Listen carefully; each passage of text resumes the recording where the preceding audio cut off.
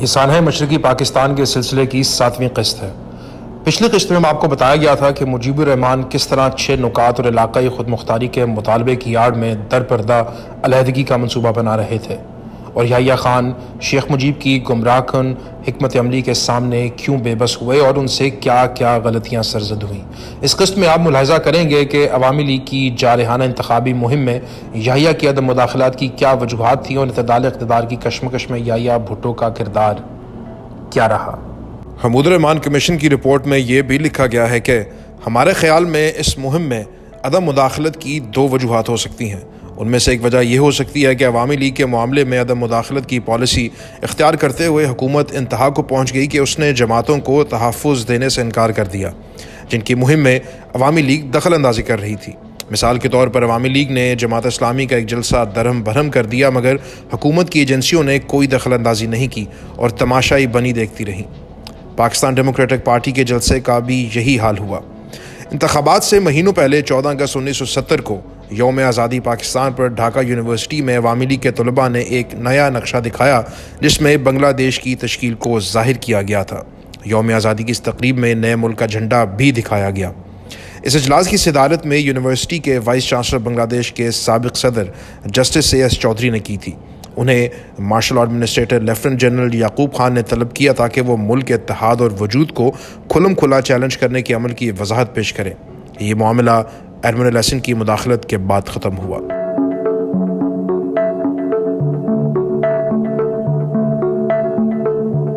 مجیب نے 1970 کے انتخابات میں بنگالیوں کے لیے علاقائی خود مختاری کی بنیاد پر مسلم ووٹوں کی اپیل کی اور بار بار یہ عزم دہرایا کہ وہ کبھی بھی پاکستان کو نہیں توڑے گا یا اسلامی اصولوں یا نظریے کی بنیاد پر بنے کسی آئین کی مخالفت نہیں کرے گا۔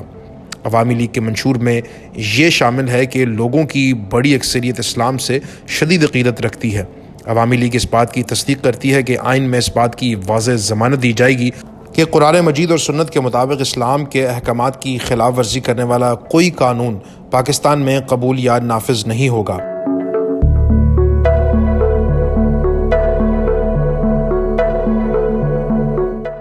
انتخابی مہمات کے دوران انہوں نے بار بار یہ بھی یقین دہانی کرائی کہ ان پالیسی یا پروگرام کا وفاقی حکومت کی بقا کا تحفظ کرے گی۔ اپنی ابتدائی انتخابی تقاریر میں انہوں نے کہا کہ پاکستان قائم رہنے کے لیے وجود میں آیا ہے اور ایسی کوئی طاقت نہیں ہے جو اسے تباہ کر سکے۔